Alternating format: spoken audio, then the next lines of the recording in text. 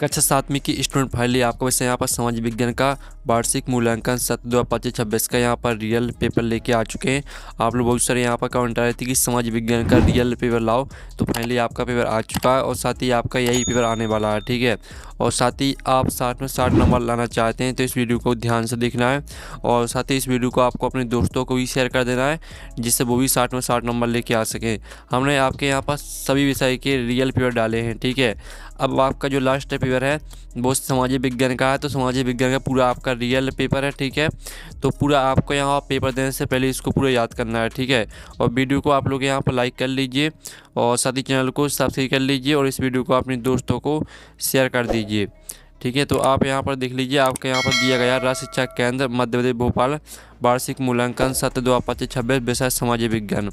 आपका समय यहाँ पर 2.5 घंटे रहेगा, कक्षा 60 है और पूर्णांक आपका 60 नंबर का रहने वाला है।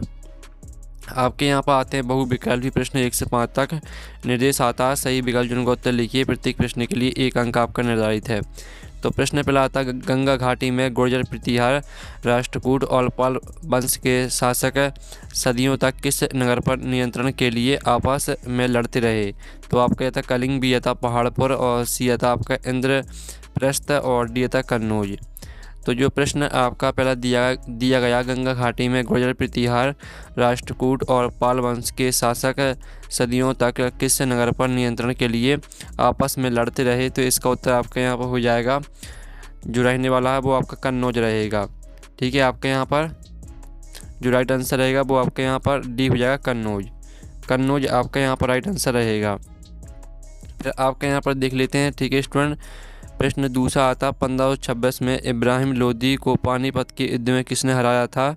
तो आपका यहाँ पर इसका ए ऑप्शन आता चंगेज खान ने, ठीक है, और बी आता जहांगीर ने और सी आता अकबर ने और डी आता बाबर ने।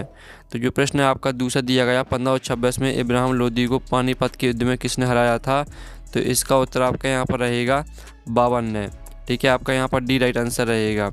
फिर आपका यहाँ पर तीसरा देख लेते हैं। तीसरा आपका आता है, इनमें से महाराष्ट्र से संबंधित संत हैं।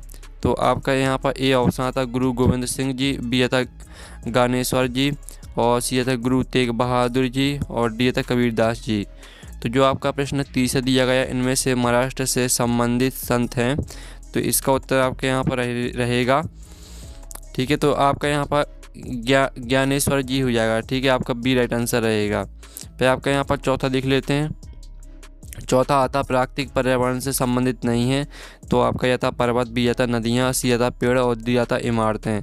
तो यहाँ प्राकृतिक पर्यावरण से, ठीक है, प्राकृतिक पर्यावरण से संबंधित नहीं है, तो इसका उत्तर आपका इमारतें हो जाएगा, डी राइट आंसर रहेगा। फिर आपका पाँचवा देख लेते हैं। पाँचवा आपका यहाँ पर दिया गया है, निर्यातक से आशा है। तो आपका ए आता वह व्यक्ति जो विदेशों से माल खरीदता है और बी आता वह व्यक्ति जो विदेशों को माल बेचता है और सी आता वह व्यक्ति जो माल का निर्माण करता है और डी आता वह व्यक्ति जो माल की कीमत निर्धारित करता है। तो इसका उत्तर आपका यहाँ पर रहेगा, ठीक है, वह व्यक्ति जो विदेशों को माल बेचता है। आपका 5वें का बी राइट आंसर रहेगा। इस तरह से जो आपके यहाँ पर 1 से लेकर 5 तक दिए गए थे बहुविकल्पी प्रश्न वो कंप्लीट हो जाते हैं। आपने अच्छे तरह से यहाँ पर याद कर लिए होंगे, ठीक है।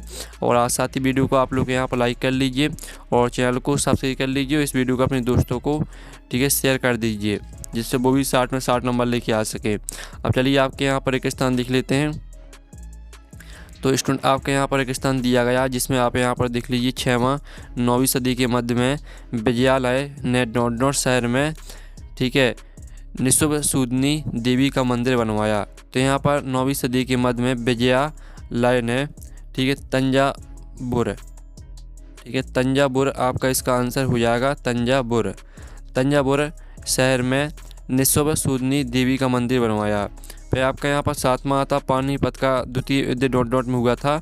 तो पानीपत का द्वितीय युद्ध 1556 में हुआ था, ठीक है, 1556 आपके यहाँ पर दूसरे का उत्तर है, यानी 7वें का। फिर आपका 8वां देख लेते हैं। 8वां आपका आता है जल रंगों से कपड़े या कागज पर चित्रित प्राचीनतम चित्रों को डोडो कहते हैं। तो यहाँ पर जल रंगों से कपड़े या कागज पर चित्रित प्राचीनतम चित्रों को हम लघु चित्र कहते हैं।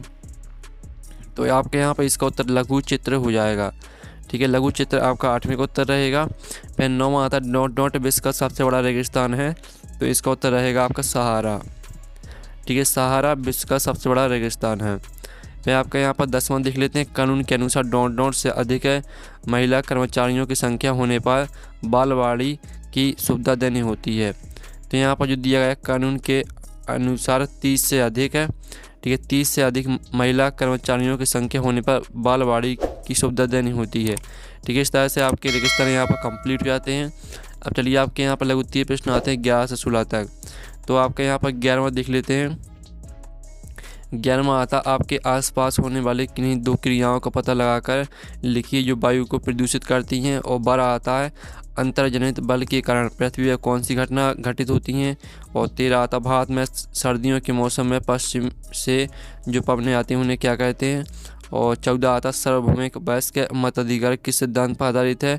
और 15 आता चिकित्सा पर्यटक कौन होते हैं। और 16 आता रामबाई द्वारा महिला शिक्षा के लिए किए गए प्रयासों को लिखिए। तो चलिए आपका 11, 12, 13, 14, 15, 16 जो इनके उत्तर हैं वो देख लेते हैं। तो स्टूडेंट जो आपका यहाँ पर 11वां प्रश्न दिया गया था, वायु को प्रदूषित करने वाली क्रियाएँ। ठीक है, तो पहली रहेगी वाहनों से निकलने वाला धुआं, दूसरी रहेगी कारखानों की चिमनियों से निकलने वाली गैस। और जो आपका 12वां प्रश्न यहाँ पर दिया गया था, अंतर्जनित बल के कारण पृथ्वी पर कौन सी घटना घटित होती हैं। तो इसका आंसर है भूकंप और ज्वालामुखी विस्फोट जैसी घटनाएं घटित होती हैं। और जो आपका 13वां प्रश्न दिया गया था, भारत में सर्दियों के मौसम में पश्चिम से आने वाली पवनों को क्या कहते हैं। तो इन्हें पश्चिमी विक्षोभ कहा जाता है। फिर जो आपका 14वां प्रश्न दिया गया था, सार्वभौमिक बहस का मताधिकार किस सिद्धांत पर आधारित है। तो यह समानता के सिद्धांत पर आधारित है। ठीक है, और साथ ही आप यहाँ पर देख लीजिए। फिर आपका 15वां प्रश्न यहाँ पर दिया गया है, चिकित्सा पर्यटक कौन होते हैं। तो इसका उत्तर है वे विदेशी पर्यटक जो अपने देश की तुलना में कम लागत और बेहतर उपचार के लिए अन्य देशों के अस्पतालों में आते हैं। फिर जो आपका 16वां प्रश्न दिया गया था, रमाबाई द्वारा महिला शिक्षा के लिए किए गए प्रयास। तो उन्होंने पुणे के पास शारदा सदन की स्थापना की, जहाँ ठीक है विधवाओं और गरीब महिलाओं को पढ़ने लिखने और स्वावलंबी बनने का प्रशिक्षण दिया जाता था। तो इस तरह से आपके 16वें क्वेश्चन तक के जो आंसर है वो कंप्लीट हो जाते हैं। अब स्टूडेंट आपके लघु उत्तरीय प्रश्न आते हैं 17 से 22 तक। 17वां आता त्रिपक्षीय संघर्ष में लगे 3 पक्ष कौन से थे। 18वां आता दिल्ली सल्तनत पर मंगोल आक्रमणों का क्या प्रभाव पड़ा। 19वां आता है ठीक है सरदेशमुखी से क्या आशा है। 20वां आता महासागरीय धाराएं किस क्षेत्र के तापमान को कैसे प्रभावित करती हैं। 21वां आता मुख्यमंत्री का चुनाव कैसे होता है। और 22वां आता किसी एक उदाहरण से समझाइए कि खरीदने बेचना बड़े बाजार के अलावा अन्य स्थानों से भी हो सकता है। ठीक है, तो चलिए आपके यहाँ पर 17, 18, 19, 20, 21, 22 इनको उत्तर हम यहाँ पर देख लेते हैं। तो आप यहाँ पर देख लीजिए, जो आपका 17वां प्रश्न दिया गया था, त्रिपक्षीय संघर्ष के 3 पक्ष है। तो गुर्जर प्रतिहार, राष्ट्रकूट और पाल वंश हो जाएंगे। 18वां प्रश्न आपका दिया गया था, दिल्ली सल्तनत पर मंगोल आक्रमणों का प्रभाव। ठीक है, आक्रमणों के कारण सुल्तानों को एक विशाल स्थायी सेना रखनी पड़ी, नए किले बनवाने पड़े और राजस्व करों में वृद्धि करनी पड़ी।